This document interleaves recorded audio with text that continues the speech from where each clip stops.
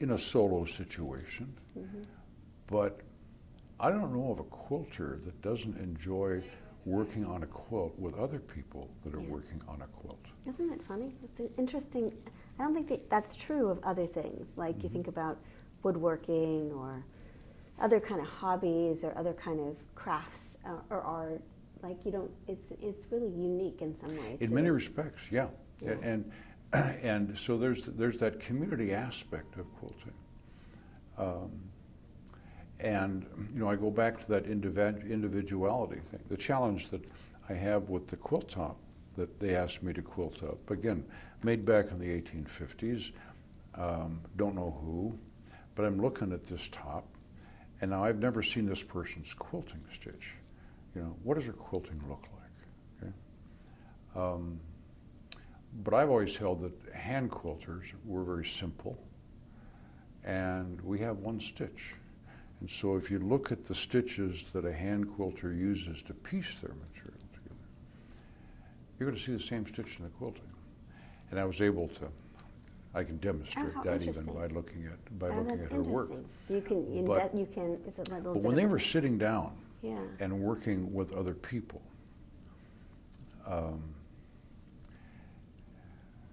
I remember my mother saying that sometimes the women would gather at their house, maybe on a Saturday or a Sunday, and they'd all be working on a quilt. And she said she had to leave. She couldn't stay. Why? And that's what I asked her. And she said, they were talking and their tongues were just so sharp, and there was nobody who was sacred. They were just tearing everybody apart. You know what I mean? I like that. And so I see these wonderful pictures of the women sitting around the frame quilting, and I remember, I know what they're talking about. Right. You know what I mean? They're not, oh, yeah. Right. Absolutely. They look so docile in the pictures, but not so much. I like that a lot. But quilting, and I've told the people here, quilting is interactive by definition. The visitors that come to the museum, I'm up on the 3rd floor, and a lot of them make it up to the 3rd floor. But by the time they come in and look at what I'm doing, they've been through all the galleries, okay? And they have a pent-up stress. It's because they've wanted to touch every quilt, but they couldn't. You know, it's interactive in that way. You go up to a quilt, you want to touch it. What it is about a quilt that does that, I don't know. But so when they come to see where I am and they start looking at them, I let them touch the quilt. That's really good. And you can just see and hear the stress. They grab it and they look at it and they're touching. Really great. Yeah, but my point is that there is a dynamic of quilts, and as a result of quilting, that is interactive.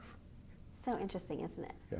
Very much so. Yeah. I always think, like, when I see a quilt on the wall, like in a museum, if I want to just like pull it off the wall and cuddle it, that's a successful quilt. Even, whether it's an art quilt, like I have to resist it. Like I know one day I'll just get arrested for like I know. And how many times cuddling with me, I've gone up to a quilt and in an exhibit, and I want to look at the back, and I can't do it. Yeah.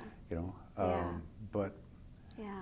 It's just, there's just something about that quilt. But at the same time, when you look at a quilt, quilts, when I make a quilt and I give them my quilts away, send them to people, but it goes to this interactive part and the quality of a quilt.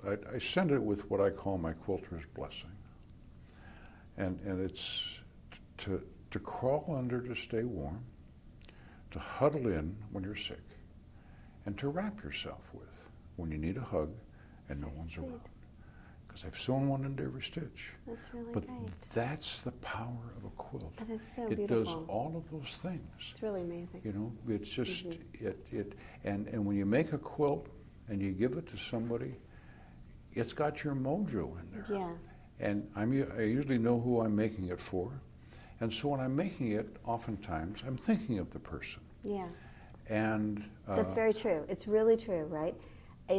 They're just constantly in your thoughts. That's right. It's really interesting, right? And so when that quilt leaves, for me, that mojo's in there.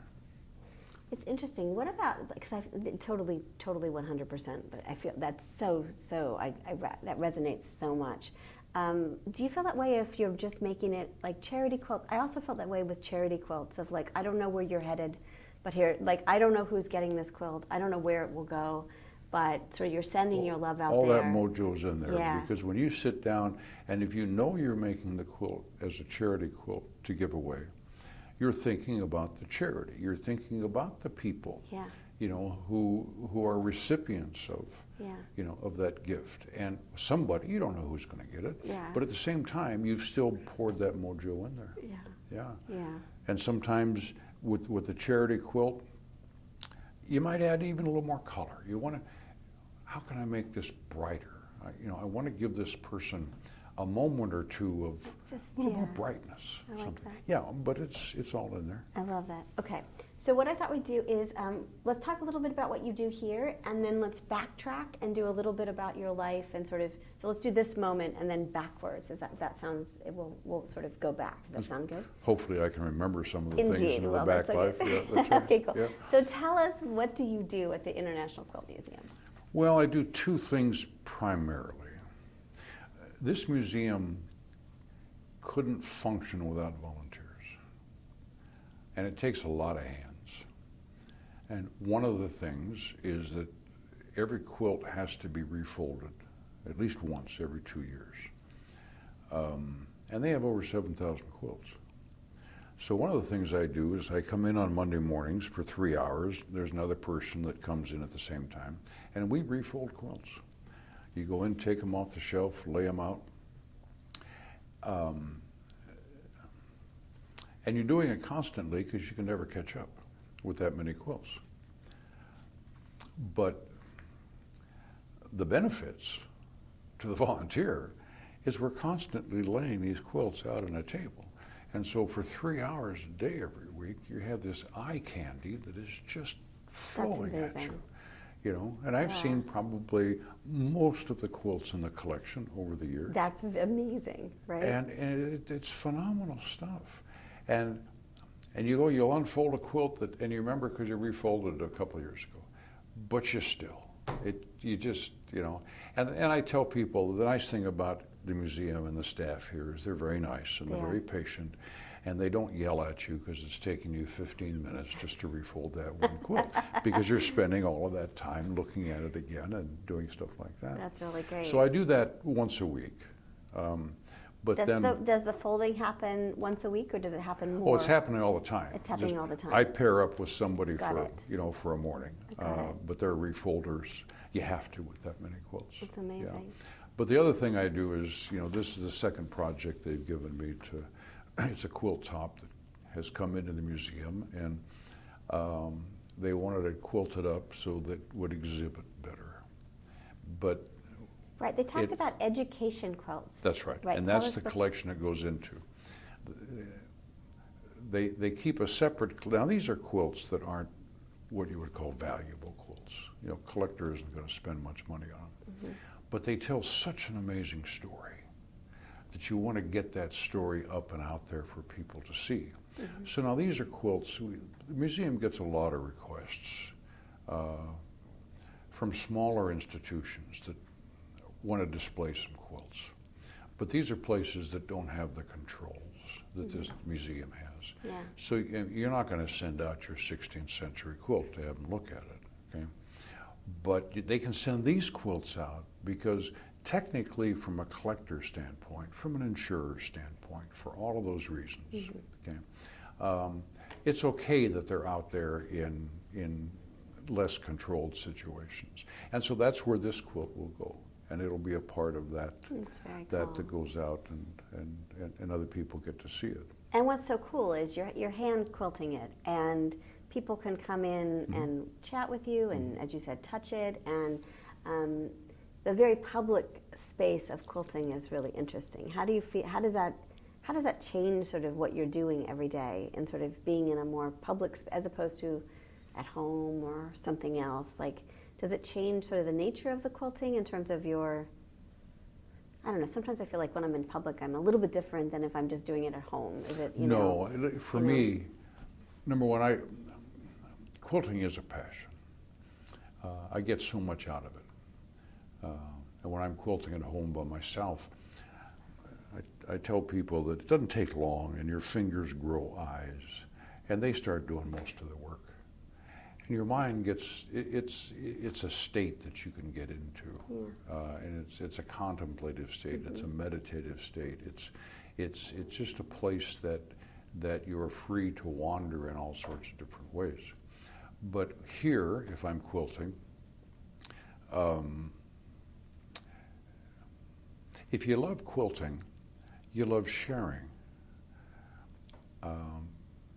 It's just part of the culture of quilting. And so people come in, and this top that I'm working on, this quilt, it's so magnificent in so many different ways in terms of the decision this person made when she was making it. And so I start pointing that out to them, and it pulls them in.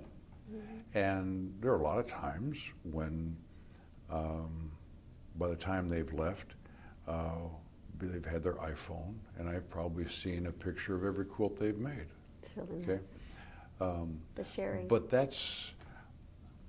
they leave the museum, and they've had such an interactive experience. It's become so personal to them. And I've had people leave that a lot of times you get couples, and a lot of times, not always, but a lot of times, the other person of the quilt of the couple is a guy, and he doesn't quilt. And you can tell he's here because she wanted to be here. Okay? It was whatever he deal would not they have struck. pulled into the parking lot Right, on his exactly. own. Okay? But there are times, and so often, he'll start asking a question, and he gets pulled into it for different reasons, but he gets pulled into it as well. And there are a lot of times that people leave and they say, you know, I'll never look at a quilt the same way again. Amazing the number of visitors we get of people who've never made a quilt. They've never seen a quilt being made. They love quilts, but they've never made one. And so they're looking at the process of how it gets put together. And we have fourth graders that come into the museum every year. It's a part of the relationship that the museum has with the Lincoln Public School system.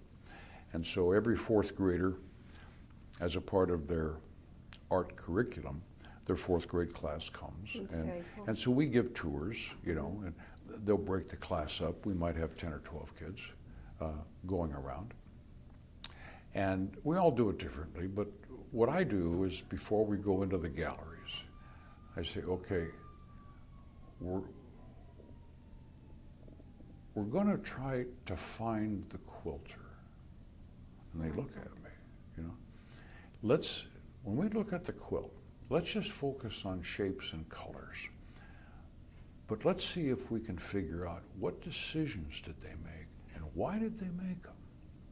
And it's amazing how quickly those fourth graders get into that. I love that age. I love, It's phenomenal. And at any rate, no matter who it is that comes in, they can leave and they have an appreciation of more than just the fabric and what it looks like. And that's, to me, that's the hook. I love that. And it's what hooked me. And so it's fun sharing that. So in a public situation, it's just no different. It's just that now I'm in a chance where I get to enjoy the communal part of the quilting culture. And it's a fabulous place to be in, just as it is when you're sitting by yourself working on it and enjoying the silence and enjoying it. It's just part of it. It's just a different shade of the culture. Totally. Yeah. How many volunteers do you think there are? I don't know. There must be anywhere from 30 to 50 that are active. Some not very often, some more often than others. But all the tours, the docent tours, those are all volunteers. Amazing. When they put an exhibit up, they need extra hands. So we help do that. And is there a community or culture, or does it feel like each is an individual coming in? Do you get to know them? Sort of, what is the culture like in terms of the volunteers? We're all buddies. It's because we share that one thing. Now, the person I refold with is not a quilter, but she just loves quilts. It's a great way Yeah, to. exactly. I'm like,